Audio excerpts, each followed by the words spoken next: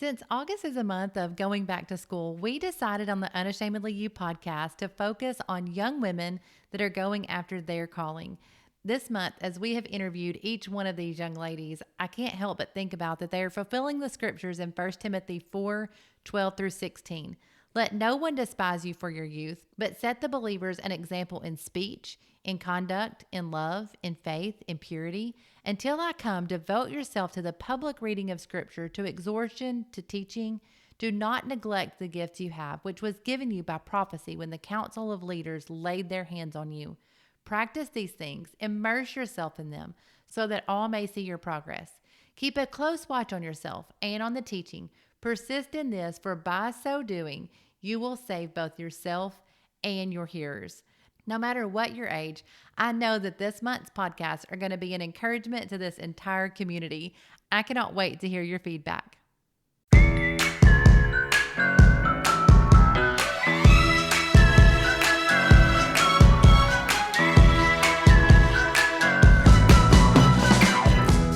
Hello and welcome to the Unashamedly You podcast, a space to enlighten, encourage, and empower you to go out and unashamedly be who God is calling you to be. I am your host, Jamie Herndon. I pray you hear less of me and more of him as you listen to today's episode. Let's grow together.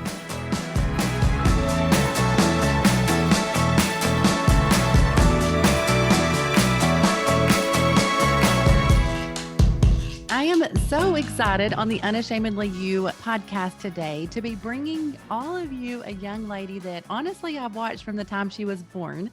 She is an amazing girl, but I've been so impressed with everything to do with her excellent spirit, the way she dresses, her meekness. But one thing that I have been the most impressed with throughout her life is I am telling you guys, this girl is young, but if I have ever had a situation that I needed someone to help me pray for, she is high on the list to call. She is a prayer warrior, and she has been since she was a little girl. I can remember her as just a young little girl crying out to God and thinking, who is that? And it be her. She has an obvious calling of God on her life. And one thing I love about her is this calling is very evident. She doesn't have to boast about it or talk about it, but you can look and see that her own peers respect it. She's a very respected young lady. And I just can't wait to have you all hear from her on this podcast today. I know that you are going to be so blessed and for you guys to hear from the girl that I know and love so well. So, Olivia, introduce yourself to us. Well, hello. It's an honor to do this today, and I know that I stand among giants to be on this podcast, and I feel extremely honored that you've asked me to be here. That was a very kind introduction that you've given, and that means a lot that you would say that. But I will just say a few things about myself. I will begin my senior year and turn 18 this fall, so I have a lot of change ahead of me. I have been raised in a godly home with the church always at the center of our lives. I've been blessed with a rich heritage of Pentecost, and I am so thankful for the impact left on me by many incredible people that I've been blessed to be around. I'm actually from a military home. My dad is active duty, so that's given me a love for travel because that's always been a part of our lives. I do also have a podcast called In Training, which was completely out of my comfort zone to begin, but I've learned that sometimes you just have to be obedient and do things regardless of if you're comfortable. And I have been at FPC NLR all my life, and I'm so thankful to be a part of it. We are so grateful to have you here on the Unashamedly You podcast. And one thing that Olivia and I are going to talk about is we're just going to talk about being young and still being able to be used of God and overriding that feeling of discomfort. She talked about having her own podcast, stepping out of her comfort zone. And really, it doesn't matter how old we are. A lot of times what God is calling us to do and to become is always going to be bigger than ourselves. It's always going to be something that we have to have his help with. So it's always going to be uncomfortable. I've learned in my own life throughout the different things that I have done. Sometimes, yes, now I'm comfortable with doing those things, but at the beginning stages of those, it was always out of my comfort zone. It was always something I was uncomfortable to do. So, Olivia, a lot of youth may be feeling like you said, just you were uncomfortable and stepped out, but they may be feeling too young for God to use them. You said you're going into your senior year. and you're only 17. So you were young when you got involved in ministry and helping in our church. How old were you whenever you had started helping in that youth ministry? And kind of tell us a little bit about how old you were and what you started doing then. Well, from the time I was very young, principles were instilled in me, which taught me the importance of being willing to work in the church. My dad was deployed for two 18-month tours when I was younger, and most of that time I always spent at my grandma Holmes's house. We basically lived with her for a good amount of time, and she would have two guaranteed stops every single day, and they were Walmart and the church. And when we did go by the church to pray, we were there every time for a few hours at least. And sometimes those few hours would turn into another trip of a few hours. So I spent a lot of time at the church. And as a 4-year-old, I remember that time was so agonizing to me. And I was just ready to get back to her house and play. But now, as an older young person, I can see the value of those moments and the lessons that she was teaching me then. And she was showing me that ministry and consecration take time and effort and energy. She showed me that anointing does not simply fall on you without your sacrificing and dedicating things to God. And even at an age when she could have sat back and she could have said, well, I've given my life to God and now it's time for others to give back to me. She instead showed that she was still a servant and that she was willing to spend her hours serving the Lord up at the church, praying for others and leaving an impact where she could. And that laid a very early foundation for my life. Because as long as I can remember, anything that my parents were asked to do for the church, I was always brought along. They made sure to show me how to be a servant wherever you were needed. And they also taught me that I didn't have to have a storehouse of knowledge about whatever I was asked to do, but I would just do it and I would learn as I went. I didn't have to have all the knowledge about exactly how the job was supposed to be done, but I just simply did it my best and I would learn as I went along. Also, I've been involved in our ambassador program, and that trains us to have the heart of a servant and to find a place in the church. And I believe it is one of the most important programs FPC has because of that. Because if the next generation of young people lose out on finding their spot in the church, there will never be another generation to rise up and take on what God has for the church. And so I believe it's very important, and it truly makes all the difference in the world for someone to feel like they belong. Even if they're a newer young person that has come in recently and their parents will help them enroll in that program, they always immediately find their place and they find a group of friends and they find their way to be involved in the ministry. And I think it's so important to have a job where you feel a sense of belonging. It's also pulled me from my comfort zone in so many ways. And I think that it has for a lot of young people having to be up on the platform, serving ministers or doing things that you would never regularly decide to do. But I'm thankful for its influence in my life. And I believe that with all of these catalysts that were pushing me to do whatever was needed at any given moment, it just became a way of life to serve the Lord by helping in the church. I love that you said that part about the ambassador program because I completely agree. I have seen a total difference whenever I was a young person and not having that program, and the way that the young people conduct themselves and really the respect they have for ministry, for the things of God, and finding their place at a very young age in helping. And it's just amazing. I know that you guys started the children's ministry at the church. And as a mom, seeing our kids going into that, the difference in them in just having a regular Sunday school and then having this group of leaders leading these services has been incredible. It's been a huge change in just the age of our young people getting the Holy Ghost and the way that they see and conduct themselves in services. How old were you whenever you started in that ministry? I was 15, I believe. And I'm thankful to say that because everyone else on the team was around my age, it wasn't as though I was having to involve myself in a group and find a place with a bunch of older helpers who I would have to fit in with, but rather we were all having to learn things together and adapt as we went along. And so we had a lot of fun doing it. We made a lot of memories, and I'm so thankful that we're still doing it. I never thought that we really would be, but I'm very thankful that we still have it. And there were moments of worrying if we could manage around 200 kids by ourselves because we were not much older than they were. And we were concerned that we would be too young in their eyes, but they really are an amazing group. And they've helped us to learn and grow, and they've loved us. And I think that was very important, that they connected with us and we bonded, and they found out that they loved it just as much as we did. We held our first service on Easter Sunday of 2021, and there were existing Sunday school classes that I had grown up in, where they would sit down in the room and learn their Bible stories and quote a verse and go back to their parents before church started. But we held this first service and we didn't really know what we were getting into, honestly, but it was amazing. It was just so much fun.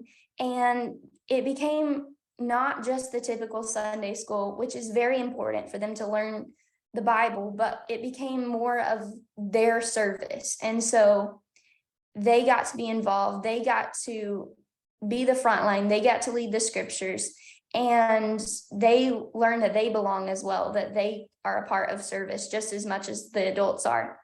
And I love everything about it. And I've been very thankful that it's been a part of our lives, and that we're a part of the lives of the next generation of Pentecost, that we're able to leave an impact on those that are coming after us. I think 2 years ago, we expected to have an Easter Sunday service, and then it would be over and back to regular Sunday school. But I'm so glad it remained a staple at FBC. I love that you were only 15 years old. And like you said, the group of young people that were with you was only 15, because I know there is probably someone that is listening to this. If you have a child that is around this age, please let them listen to this podcast as well, and letting them know that you're not too young for the Lord to use you. And I want to point out, there really has not been much adult help in this at all, if any adult help. This has been this group of from 15 years old, they were around, there was probably some 14, 15-year-olds. And now, I mean, Olivia's saying she's only 17. They're leading this. They are preaching in these services. They are getting all the music together every single Sunday. They are having church with these kids. They're allowing them to have some fun as well. They host summer youth revivals. They're doing all of this on their own, and they are making a huge difference. This is for the children of FPC from grades 1st through 6th. Olivia, when you started this ministry, did you feel inadequate, too young? Like, what are some fears that you've had to overcome by starting this and by getting involved in it?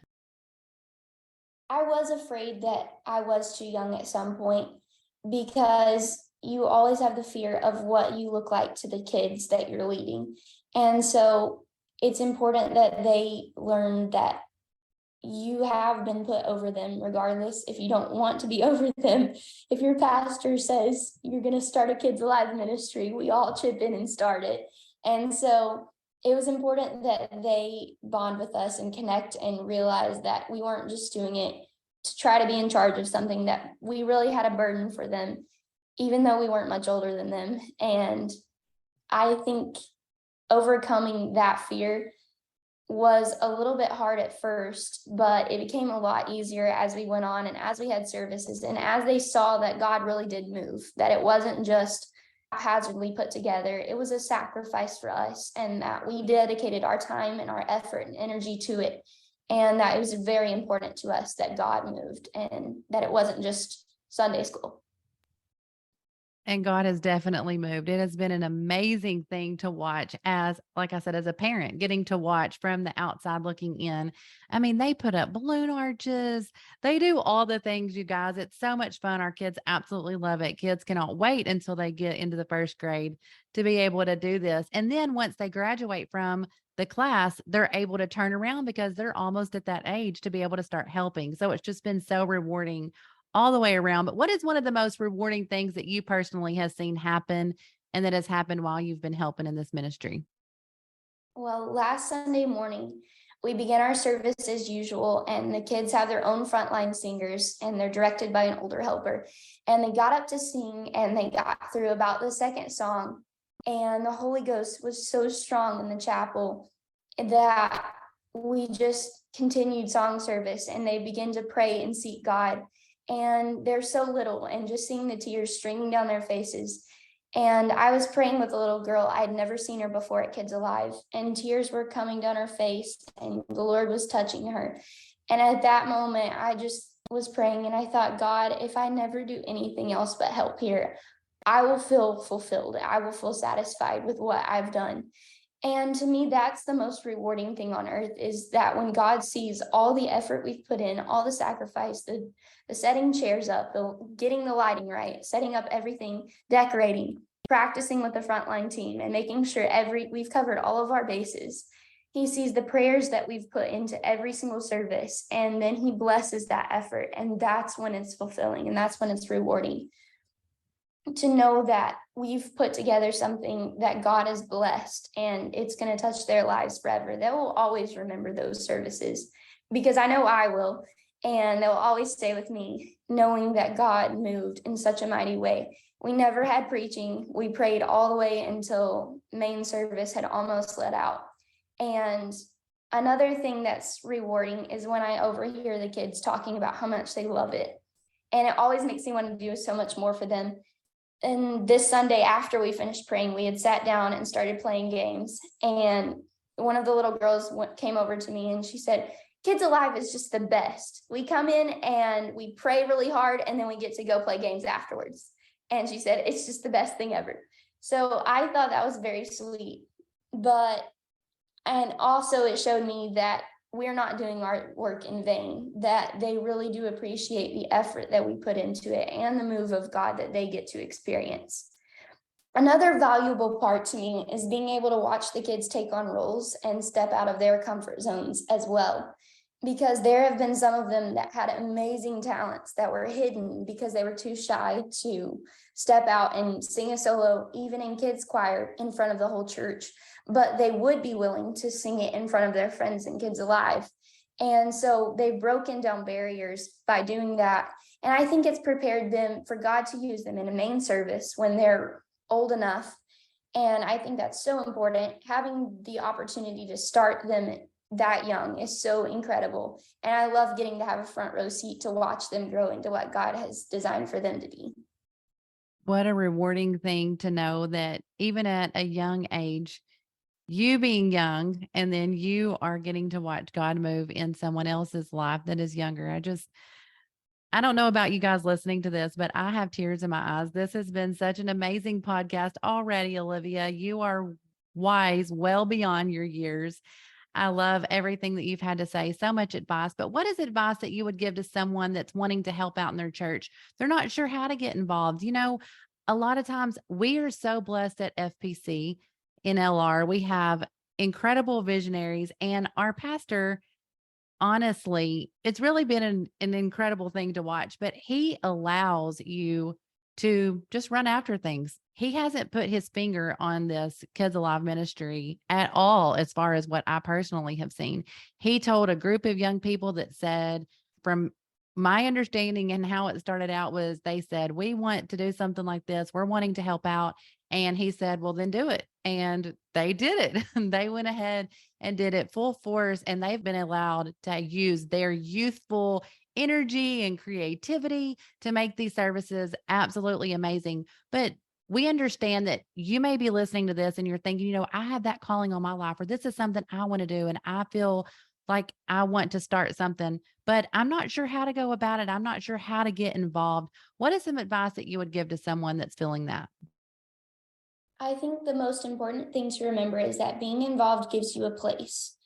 And so I talked about it earlier, but you'll be far more likely to live for God your whole life if you have a place to work in your church. And it gives you a sense of ownership, that you would say, it's my church. I contribute to what goes on there, and it is mine. And learning to serve wherever there is a need is really important in that. And the verse I've always remembered when thinking about this, Ecclesiastes 9:10 says, whatsoever your hand findeth to do, do it with all your might. And so wherever you see a gap, I've learned that it's so important to just fill the gap. Whatever it is, even if you don't really know what you're doing, to learn to step in and say, I'm willing to be used here. I don't It doesn't have to be a glamorous job. It doesn't have to be something that I want everyone to see me doing, but I'm willing to just do it. Whatever the church has need of, that's what I want to be willing to do. And to not be afraid of being inexperienced is important, because whoever is proficient started out by being inexperienced, but they kept on doing whatever it was until they got good at it. So sometimes God is preparing a place for you that you've never had a talent in before. But if you'll just be willing to step into the gap, He'll give you a new talent that you haven't had.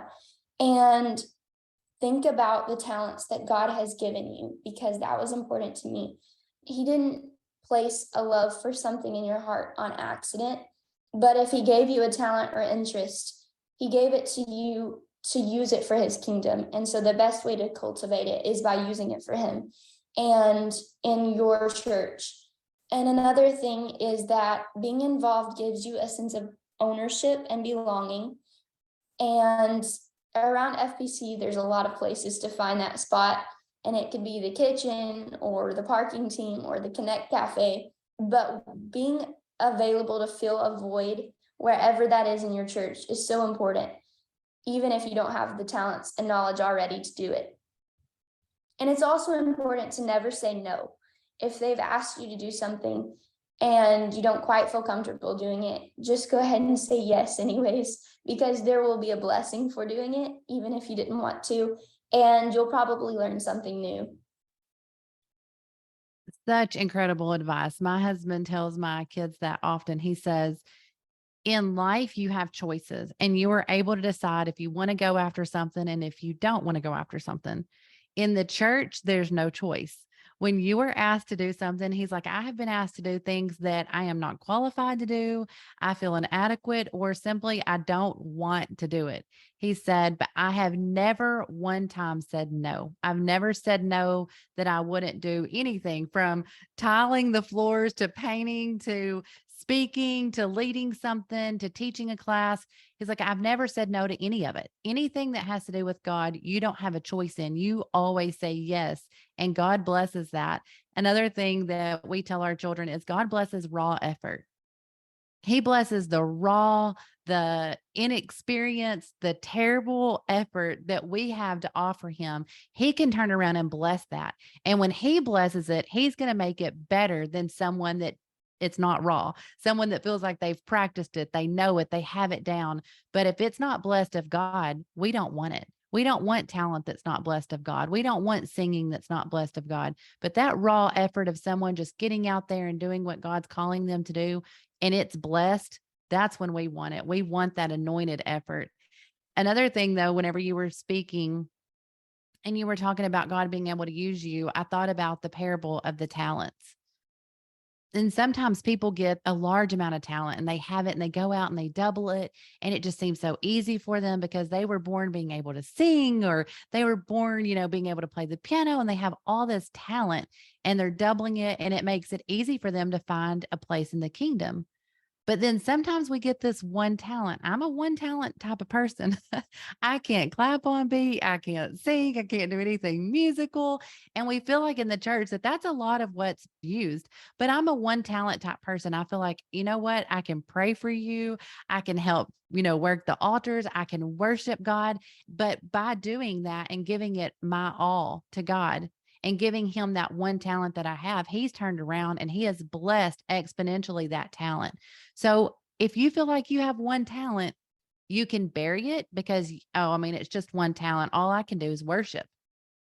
Or you can pull that talent out and you can give it all you've got, and God can 10x your talents. He doesn't have to just double them. He can give you blessings that come from just having that one talent and giving it to God with all of your heart, and He can bless it in mighty, mighty ways. So that's really good advice, just using those talents and doing what God has asked you to do and not saying no. So what is some of the best advice that you personally have had to step out unashamedly to answer God's calling in your life, Olivia? There are two things that I've referred back to time and time again whenever I faced a fear about being used by God. And the first is that my grandma Holmes always said, I would be afraid to tell the Lord no. And what she meant by that was that it would be much easier to do the thing which seems hard that the Lord has laid on your heart to do in that moment than it would be to face the Lord knowing that you did not say yes to what he asked you to do. And so whether that applied to simply praying with someone in the altar that I just felt like, oh, they're going to think I'm crazy, or think that I think I'm more spiritual than them or something, or whether that applied to being involved in a Kids Alive ministry. But it has changed my life to remember her say that and to be willing to submit to the will of God, even if you weren't comfortable doing it. And the second thing that I've always heard is that Sister Alice, she's one of the sweetest ladies and the most powerful prayer warriors whom I look up to and admire very greatly. She told me that if I intended to do anything for the Lord and step into any calling, there will always be something that you feel you should do, but are afraid of what others will say about you doing it. And she said that there were moments in her life where she felt like others would say, oh, look at her. She just wants to show how spiritual she is. And she admonished me that there will always be things that God asks me to do, that there will be moments that I will feel the same way. And I'll feel like people are going to think I'm just trying to show off how spiritual I am. And they're thinking that I'm just here to show off, but I'm really not. And when God asks you to do something, it's not always going to be comfortable. And there will always be things that you're afraid of other people saying. But at the root of all of that, it's really just pride, and it's really just the flesh. And so we have to learn to pray through that and overcome that and not let the pride taint our sacrifice. Because if we're worried about us looking silly, that's just our flesh. And so I've learned to really try to pray through that. And it's sometimes a struggle, but I know that's not the will of God for you to be getting in the way of what he wants to do. And so when these two pieces of advice are used in tandem, I think they've changed the way that I answer the call of God in my life. I've learned that I would much rather have people say things about me for maybe being different because God has asked me to do something than I would want to face the fact that I missed an opportunity to obey the Lord. If I walk past a door he's opened simply out of fear of what others would say, I always will feel an awkwardness when I get down to pray. And it's like God is holding it up before me saying, I asked you to do this and you didn't do it because you were afraid.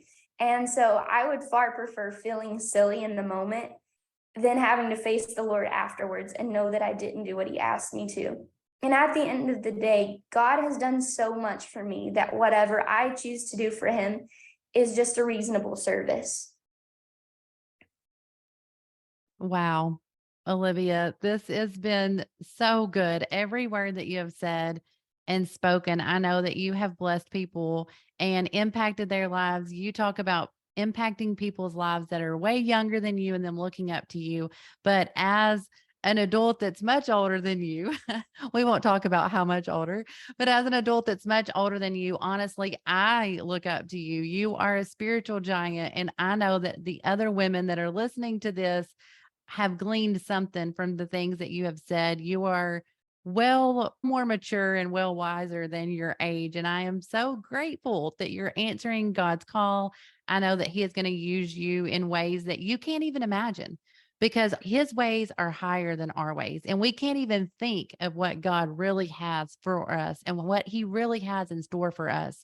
And all the wisdom that you've already imparted and that you already have, saying that you're willing to say yes to God no matter what he says, and learning to throw opinions and cares of what others think about you at 17 years old to the side to follow and to chase after God's will. There's no telling what he is going to do with your life and how he's going to use you.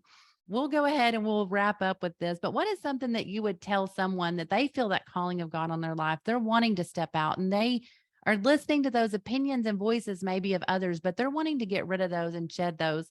And they have some of the fears that maybe that you had talked about when maybe you had first gotten started. What is something that you would leave and that you would say to them?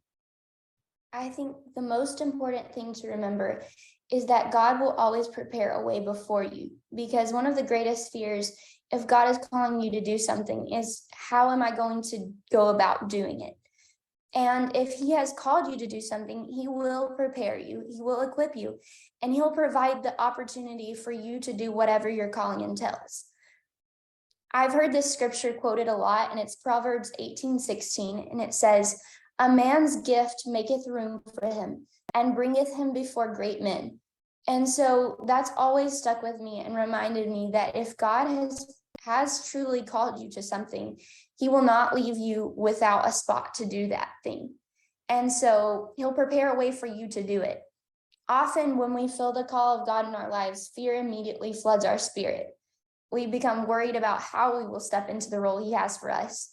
And I personally have dealt with this a lot and have been in seasons of thinking, I know God is calling me to do this, but I can't simply tell people, God asked me to do this. Can I please have a chance to do it?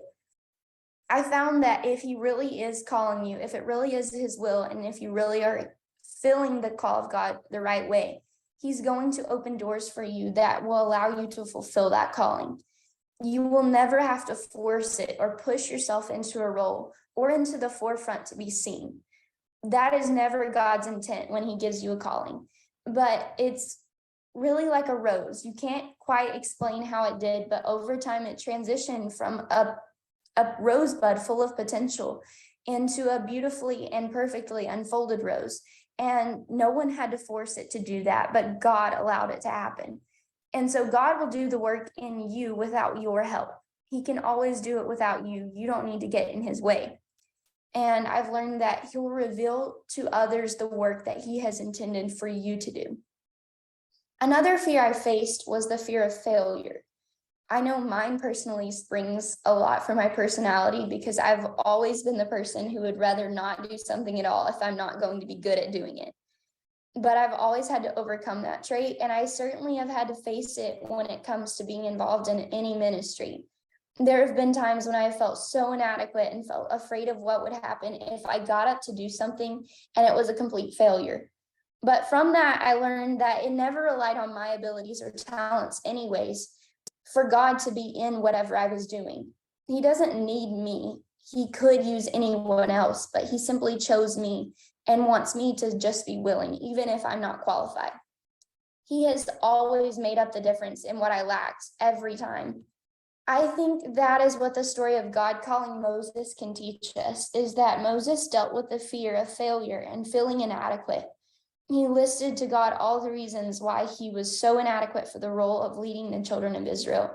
But God, instead of listening to him and agreeing with him about his inadequacies, instead just made up the difference. And so if God calls you to something, he already factored in the problems that you would face doing that thing. And he's already given you the strength, and he will give you the strength to make up the difference in what you lack. And there have been so many times when I have finished doing something and I sat down and thought, that was absolutely horrible. But those moments only remind me again that it's not about me and it's not about my talent, but it's about God's will and if he chooses to move. And those moments also are there to push me to remember to cover everything I do with a blanket of prayer and fasting before I try to do anything, to make sure that I've done everything within my capabilities and I can leave everything else up to the Lord with a clear conscience. When you were talking, it reminded me of 1 Samuel 16:7. But the Lord said to Samuel, do not look at his appearance or his physical stature, because I have refused him. For the Lord does not see as man sees. For man looks at the outward appearance, but the Lord looks at the heart. When your heart's in the right place, whenever you long to do God's will, whenever you're wanting to do something for him, he sees that. He knows that. He doesn't look at our age. He doesn't look at our appearance. He doesn't look at our abilities. He doesn't look at any of those things. He's just looking for a heart that's willing. He's just looking for someone that's willing to do his will no matter what, to cast all things that we think are fears, all of those things aside, just to go after his will. And I see that you are doing that in your life, and I am so proud of you. I know that you have helped so many people on the Unashamedly You podcast, and honestly, it was just an honor to have you on here today, Olivia. Thank you so much for taking time out of your summer to get on this podcast and to be a part. We are grateful for everything that you have got on here and said. Thank you so much. Thank you.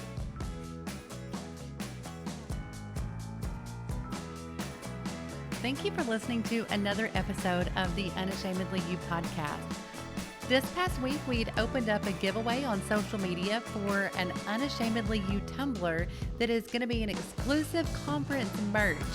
Thank you to every single one of you that shared and commented on our social media posts.